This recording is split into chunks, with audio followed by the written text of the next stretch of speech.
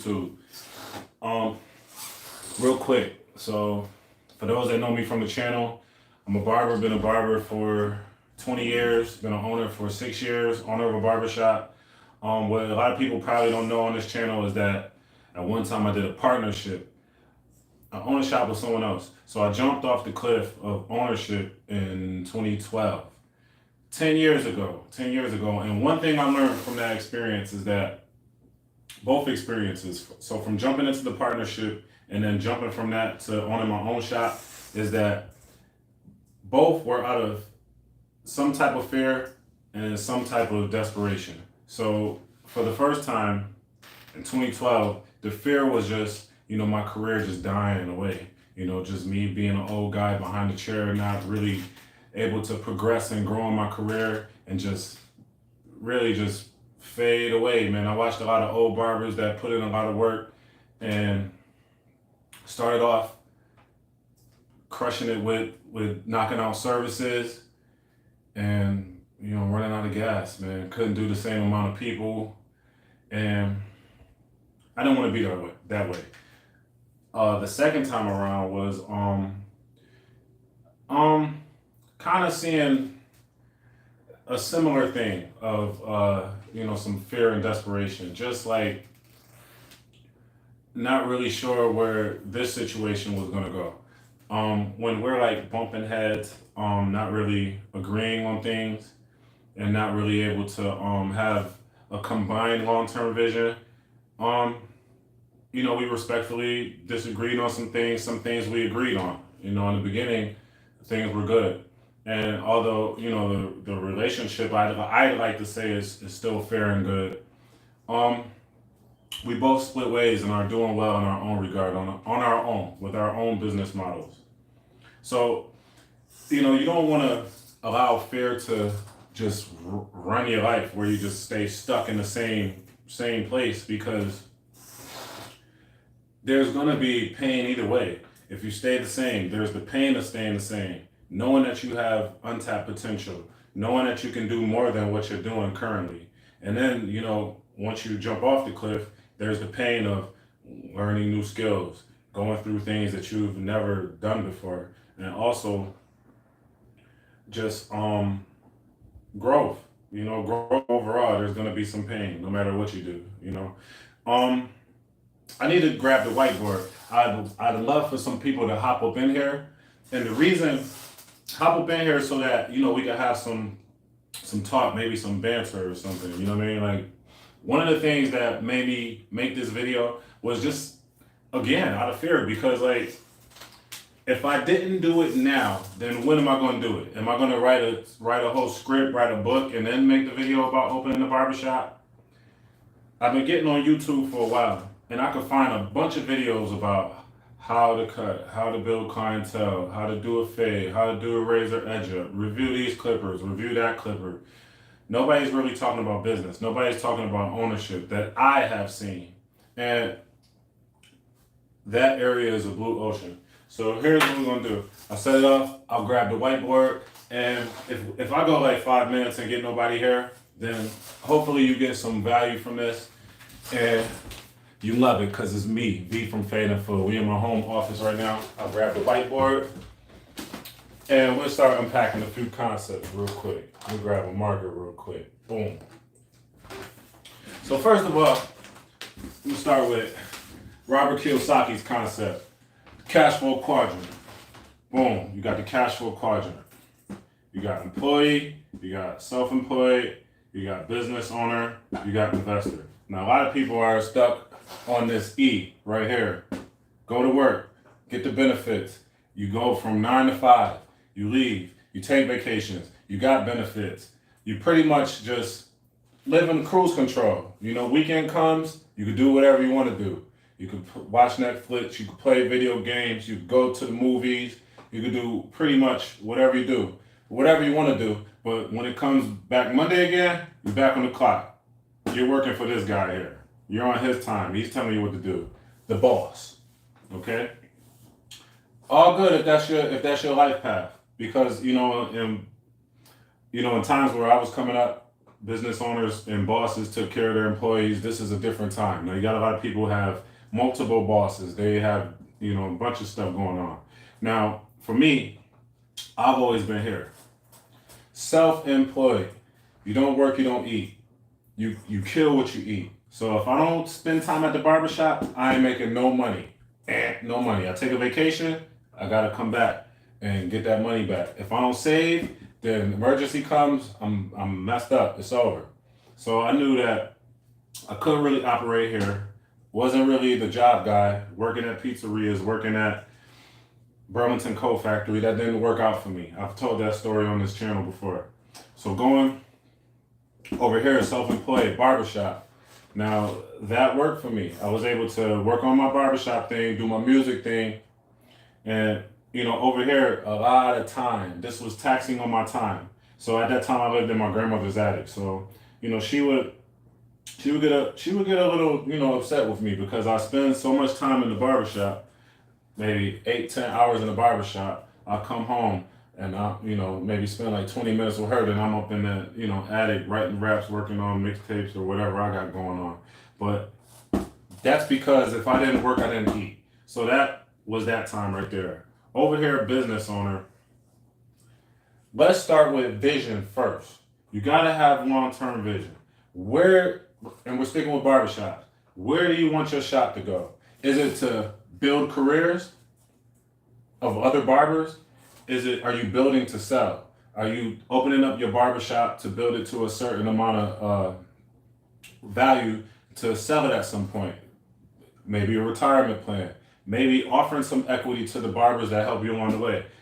And shout out to those barbers that are loyal to their shop, that stay, that don't shop hop. Staying with Fade and Flood, there will be some incentives. But again, we're still working it out. We're only 6 years in. So vision. What is the main goal? Do you want it to be, what type of barbershop do you want it to be? Is it going to be like a big shop, a lot of chairs, small shop, a little bit of chairs? Is it going to be booth rent? Is it going to be commission? We got to think about these things going into it. People, you can't forget about the people. Who is going to work there? Where are you going to source these people from? Are they coming from school? Are they coming from the street? Are they coming from other shops? Do you know people? Do you have relationships? Again, another long-term vision. Is this going to be a school? Can you be vertically integrated? Can you train talent? These are things that you need to think about. So vision, I'm right there, vision, long-term vision. Boom. People, you need people. People, very important. A lot of business owners start crunching numbers and, forget about the people. You need the people. Not just the people on the front lines to do the service, but also if you're not super skilled in business, if you're not knowledgeable, then you need people that are knowledgeable in these things. Do you have mentors? Do you have teachers? Do you have somebody to guide you along the way? Do you have an example? The shop that you were working at, are you able to keep the relationship with that shop owner and talk to them from time to time, because idols can become rivals. You want to respectfully leave the shop that you're in or approach your owner, which would be, I hate to say owner, approach your owner, but they don't own you, but you know what I mean, the person that owns the shop, and ask them, hey, I want to start my own thing. This where somebody's saying this to me. How can we do this together? How can I help you? How can we grow together? Because I don't want competitor. I don't want to create competitors. I'm doing all that I can to make all that I know transferable to the people within the Fade and Full organization. So if they take that and apply it, then they'll be dangerous. I prefer them to be part of this army. We're still on the same squad. So you need vision, you need people. Accounting. I think a lot of barbershops are missing out on that. You need a solid CPA or somebody that can crunch these funds for you. Because at the end of the day, once you got the vision, once you got the people locked in, budget. How much is it going to cost to open up? Boom. Once you got that for chairs, mirrors, TV, benches, marketing campaign, which a lot of people don't, neglect. You got chairs, most important thing, chair stations, mirrors, a waiting area, sign for the outside, and space. Now, you could do 1 year lease, 2 year lease, 3 year lease. You gotta, if you do a multiple year lease, how much is that going to be over the course of time? It could be 100 grand. It could be 200 grand. I don't know what type of space you're in, but let's just say for the sake of easy math, it's 1K a month, right? 3 year lease is 36,000. So you already know at the end of the day, then your shop got to at least make that during the course of the time. You gotta clear this. You gotta clear this. And in addition to the other bills that you may or may not have. So you got vision, you got people, you got CPA, and I'm just going off the head. I'd love to write a book about this eventually, and also help owners, man. Help owners, like actually, go talk to owners or people aspiring owners and help them, because this here isn't being talked about at all on the internet that I've seen, and I'm still unpacking it right now. If I had some people in here, man, you could help me, because I'm kind of like just going off the head. I don't have any script, none of that. So we got vision, we got people, we got CPA, we got our rent, we got our long term, what it's gonna cost over the course of time for that you gotta make minimum, and that's just for rent alone. Location, where is it gonna be? I think I've discussed this before. Location, boom, location. Where is it gonna be? Location. Vision, people, accounting, location, marketing. Can you see? Marketing. Alright, so I'm just making this crazy. What are you gonna do for marketing? Are you gonna go linear? You gonna pass out flyers, business cards? You gonna put up posters? You gonna do a radio campaign? You gonna do Facebook, Instagram ads? You gotta have some type of marketing budget. The people need to know that you're gonna be there. Even a poster in the window, coming soon poster, that works.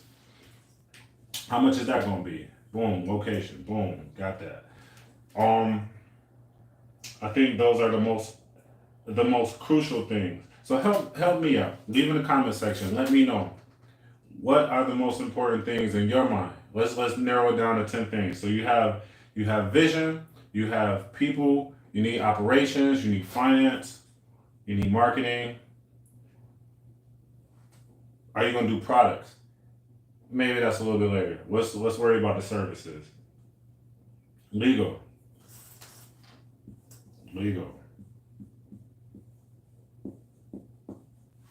Licensing is, you need the licenses, you need your DBA, your LLC, whatever it's gonna be, you need all of that. Alright, so I've been on a total of 13 minutes, nobody on the live. Oh, we got some people on the live. Do you reckon that it's a good idea to start? Wait, I can't read this comment going too. Oh man, how do I get? This is my first time going live, my people. So let's just see. How do I read the comments? I'm on my phone too. This is my phone. So how do I read this? Let's see. All right, there we go. Do you reckon that it's a good idea to start a barbershop with people in your family? Networking and having a big social circle that can market the shop for you. Absolutely. So there is going to be some influencers within your social circle that can help you. No, scroll up so I can see. I got it. So there will be some influencers within your social circle that can bring you referrals. When we opened up the barbershop, that was one of the things that helped me. So I had overwhelming amount of clientele. Overwhelming to the point where it was like I wake up, hungover, whatever it is, 10 a.m. go until 9 p.m. with just a little bit of time to eat. It was overwhelmingly too much. And one of the reasons why I decided to open a shop was because I had all this overwhelming clientele. And I figured, like, if I bring on some new barbers, then, these people can help me out with cutting all these people. But little did I know, consumer way of thinking is that they're not going to go to an inexperienced person or somebody that they don't know. So it didn't quite pour over to them. So that is why I added training on here. I mentioned that. That is very important. You have to have a system for taking somebody from school or from starting off. so that they're coming in and doing a certain amount of people when they come in. You know, like I'd say for us is maybe minimum somebody should be doing about 30 services if they have, you know, a decent skill level. Open it with family. Now it depends on what type of family culture you come from. You know, is your family tight, well connected? Are you doing family meetings? You know, we do weekly meetings, weekly Zoom meetings at the shop. And I noticed that now that we're doing that, we're unpacking things and thinking alike. But if your family isn't moving like that, then I wouldn't suggest that. You know your family more than anyone else. So if you know you have one or two people, forward thinking, free thinking people that you can do your thing with, go for it. Like me and my cousin want to open up a barbershop. He is the best barber in my town, so we're wondering if we have some tips and advice. Maybe you have gone through stuff that we can avoid. So, Ahmed, are you a barber? Are you a barber? Are you a business-minded person? Are you looking to invest? I need to know a little bit more about your situation. Because if he's the best barber and you're the businessman, then he could be Jay-Z, you could be Dame Dash. Your time is better spent building the business, systems, operations. How are we going to market this place? How are we going to chop up the finances? How are we going to pay the bills? Make sure, because that's going to consistently come. There's no way around it. You got to make enough to pay the bills. But the extra volume is what gives you that profit margin.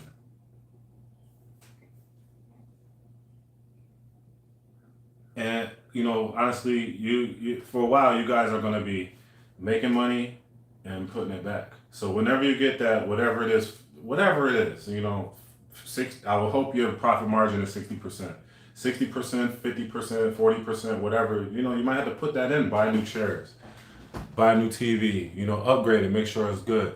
Let's see. Yes, I have a business. I sell vapes. I'm a 17-year-old student with a lot of ambitions and thoughts, and I learned how to cut hair from my cousin. Fire. So I can learn a lot from you with the vape shop, because an area where I'm struggling is selling products. So we have 2 display cases. And we're having trouble selling products in the barbershop. Well, no, actually, we're not having trouble selling the products. We're having trouble keeping them stocked up. So you've been cutting hair for a year and you're quite good at it. And you learn all right, so if you learn how to cut from your cousin, can you systematize the way that he taught you? Is it transferable to somebody else that comes in the barbershop?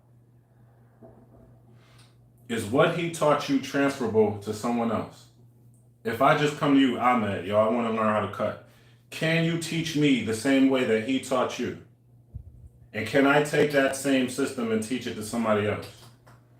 Can I explain it easily? Boom. My cousin, yes, it's easily transferable. Okay, so everybody's style of learning is a little different, right? So here at Fade Info, we got this right here. Boom. But everybody is not a reader.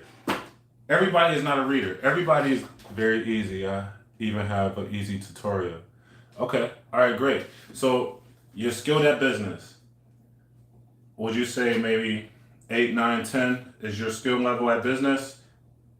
1 to 10, what is your skill level as far as being a barber? 1 to 10. And what is his skill level as far as being a barber? I always ask people these questions. I need to know. And even if you are a 10, you know, still stay improving, stay learning new skills. If you two don't keep learning new skills, then the competition is going to pass you right by. Talk to me. Use your words. Where you at with the skills? Being a barber, 6, 7. He is a 9, 10, honestly. All right, great. So, do you have a location yet in mind? Where are you located? Where are you? United States? You overseas? Where are you located? Location is very key. I made a video here talking about what type of barbershop should you go to. I believe location was number 1. Location, very important. So I'm coming from the east side of Buffalo. Sweden. My God, you are far away. Sweden. Let me see. Let me grab my globe. Where's Sweden? Help me out. Where we at, bro? You over there speaking English. Sweden. Am I in Europe? Where are you? Dude, I don't even see Sweden on here. That is in Europe, right? Help me out. Okay. Okay. Cool. So tell me a little bit about. All right. So look, it's just us. So this is not just about you know me giving you everything I know. I need to learn about you. I need to learn from you. So tell me a little bit about the barber culture in Sweden. What is the cost? What is the fair market cost for a cut in Sweden? Over here in the United States, we're at about between 30, 40. I'm gonna go 35 because you still got some people on the low end doing 20, 25, and then you got some high end, 60, 70 some places. Then you got the luxury barbers that are doing, like I met this guy named Drew who cuts Patrick Bet-David's hair. When I met him, he was charging 75. I believe he's up in the 200s now. And that business model, it works for this person, that high charging stuff. But if you want to build a sustainable business, I feel like everybody has to be charging high ticket. Everybody has to have a skill level where you're doing high ticket. We're looking at exploring some pricing where high demand barbers are charging more, but again, it's still a system that we're working on. All right, let's see. Speaking in dollars, here in Sweden, it's like 50K depending on where the barbershop is. 36 or 50. All right, so 36,000, 50,000, depending on where the barbershop is situated. Dude, that's a lot of money. We're talking about dollars, right? 36 to $50, right? Sheesh. I got my passport. I'm coming to Sweden. If you are charging 50K for a cut, I'm coming to Sweden, bro. I'm coming out there. What language do I need to speak to move to Sweden? Please let me know. Please let me know. And what time is it there? What time is it in Sweden? Yeah, it's expensive. No way. Come on, man. $50,000. So even $50, right? 50. That. Come on, man. Come on, Ahmed. I know you know. You have Okay, I believe I did misunderstand you. Okay, so let's set a deadline. When are you gonna open your shop, you and your cousin? We need a date. We're talking about vision now. When is that date? When is it gonna happen? When I decided I was gonna open Fade and Full, started LLC in November, I said in March we're opening. And I ended up opening a little bit earlier than that. The barbershop, to buy a barbershop, then that's the price. Okay, so 36 to 50K to open a shop. Okay, that sounds about right. Now in the beginning, I bootstrapped it. I sold my truck. I had to borrow $1,000 from my uncle and do some other stuff just to put together the money. Right, first thing I did was LLC, then got the space, then had to do some little bit of renovation with the space. After that, man, funds were low. We started off with cheap chairs. We started off with cheap barber chairs from eBay. We started off with a bench from the thrift store. And mirrors, I got those used on Craigslist. Okay, $10 to $15 for cuts. All right, so look, it's gonna take quite some time to pull a profit. If it costs 50K to open a shop, then it's gonna take some time. I do have the calculator right here. It's gonna take some time to make that money back. All right, this is my first time using it. So let's see we got 50,000 divided by, what'd you say the price was for a cut? 25. All right, there we go. So you gotta do 2,000 cuts. You and your cousin gonna have to knock out 2,000 cuts to break even. But that's doable. So all right, look, we didn't do vision. Time. When you gonna open it? When is the date? Let's see, about a year from now, I need to finish my last year in college. for my vape business with my cousin. It won't take much time. All right, so are you guys saving? Are you saving money right now? Are you stashing away a little bit? Do you have good credit? Can you access any capital? Over here in the States, it may become a little spooky to get some money with the oncoming recession. I don't know really what's gonna happen with it. But if you guys are able to get half of that, if you save half and then source the other half from a lender, I think you may be good to go. I see another person in here. Who else is in here?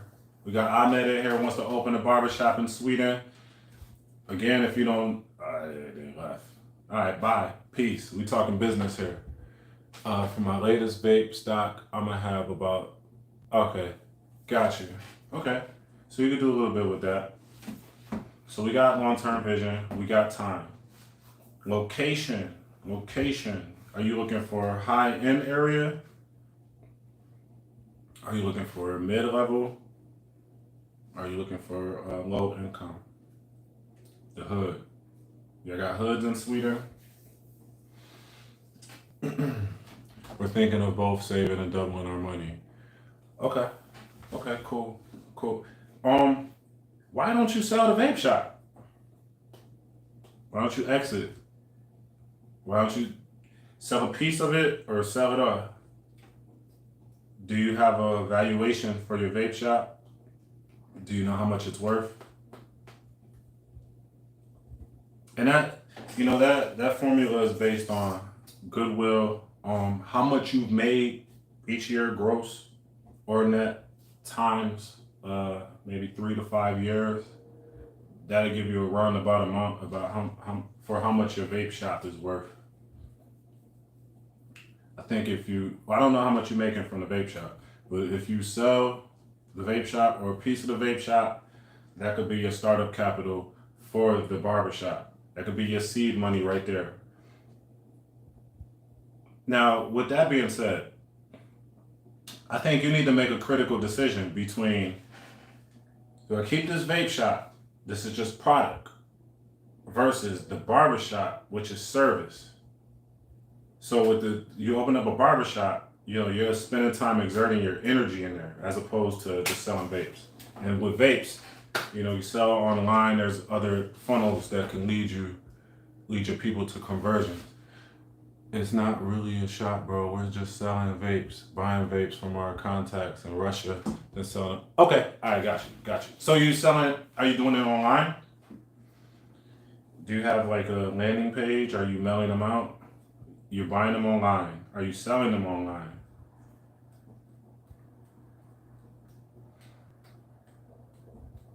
See, I gotta learn more about you before I can just start throwing out solutions. We can have a barbershop and sell vapes in the shop too. Okay, all right, that's cool. That makes sense. All right, that is actually a good business model, because if you got the vape shop, people will frequently. Okay, so you sell to people in your city. Okay, so people will frequent the vape shop. Over here in New York State, the vape shop has almost become the new dispensary. So you'll get a lot of traffic in that vape shop. That's a good business model. Does that exist right now in Sweden? Do we have like vape / barbershops? We don't have it here from what I know. Is that a thing? And it's illegal. It's illegal to do that. I had the vapes and the hair all on the same roof.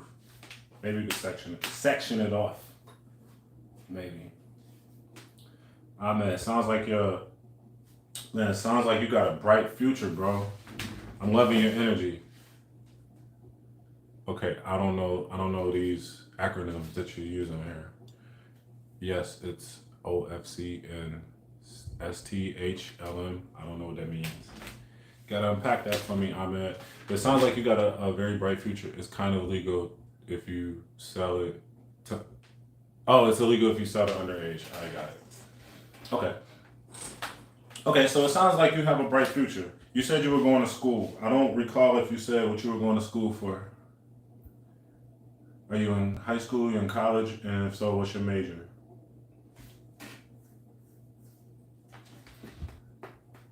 What is your major? I need to learn a lot more about you. Are you subscribed to the channel? Are you subscribed to this channel? You're getting value, bro. We're just talking. This is one-on-one call, basically. I'm still gonna post it on YouTube. This is the first time I've ever gone live on this channel. Okay. Of course, in Stockholm, the capital. Got it. Okay. Forgive me, I don't know much about Sweden. I live in Buffalo, New York. Do you know where that is? I know you know about New York, but do you know about Buffalo, New York? You got New York here, Buffalo up there somewhere. It's not the same. Same state, different culture. Okay, last year of college. What's the major? What's the major in college? What's your major?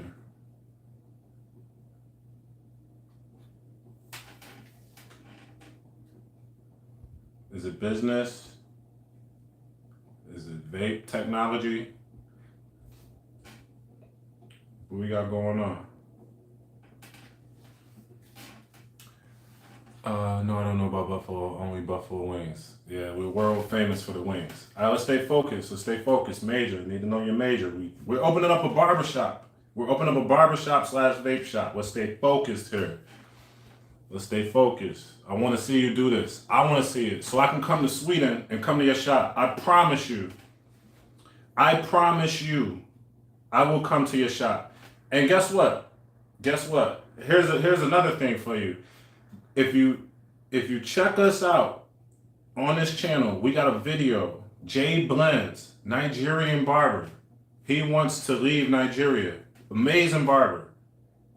He may come to Sweden before he comes to America. So if you open this shop, you may already have someone that you know is dedicated. I'm co-signing him. Dedicated. And for anybody watching the channel, please, watching this on the playback, we have a GoFundMe for JhayBlendz. Please contribute. It's only $4K. What's the major, man? Come on. What's the major? What's the major? We've been on 32 minutes. I'm fresh out the gym, man. I gotta hop in the holy water, man.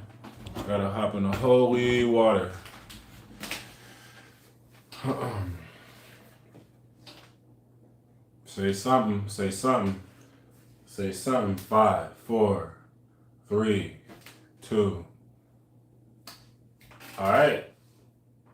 This is V from Fade Info. This is the first time I've ever done this. How to open a barbershop. Oh, okay. We in here. The mayor has nothing to do with business. In my major. Oh, the major has nothing to do with business. We learn about math, chemistry, English, Swedish. Okay. All right, cool. All right, so look. Next year we're opening the shop. We got vision. You know, it's gonna be vape / barbershop. You and your cousin. He taught you so you can teach other people, or you both teach people. Where are you gonna get? All right, so 2 questions. No, I'll just do one so we can stay focused. Where are you gonna get these people from? These barbers, where are they coming from? How many chairs? So now it's 2. How many chairs are going to be in the shop? And where are you going to get? I got a ton of questions now. Who's going to be at the display case selling the vapes? You can hop in the shower, bro. Send me your Insta and we'll talk there. All right, so look, I got 2 Instas. We got Fade Info Official shop Instagram. Then my personal Real Valed 716. So that's Real RealValed 716 on Insta. And man, I appreciate you tuning into the live. I appreciate everybody watching on the playback. Thumbs up, subscribe. Holla at my man Ahmed. Some GoFundMe for JhayBlendz. Contribute.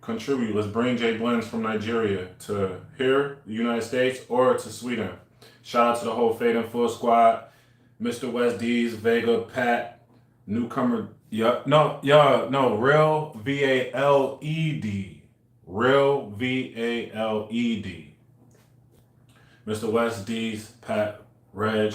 Happy birthday, Reg. Vega and newcomer Duke. Shout out to I gotta send some shout outs. Shout out to Mike for the marketing, Joanna for doing our bookkeeping. Shout out to Marilyn for always being an inspiration to me, and whenever I bring ideas, helping me formulate them. So let's go, man. Let's get it, man. Fade and Full for life. I want to teach shop owners or aspiring shop owners how to open shops. We know how to cut. We know how to do razor edges. We know how to do fades. That's all great.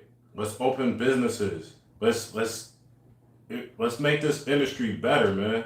I'm going Trump on y'all. Let's make this barber industry better, man. More professionalism and more forward thinking. Man, we are the free thinkers. Fade and Full of free thinkers, man. Let's go. Peace. All right, now I gotta figure out how to stop this. Have a good time, bro. We'll talk more soon. Yeah, follow me. I'm gonna follow you back immediately. All right, let's get it.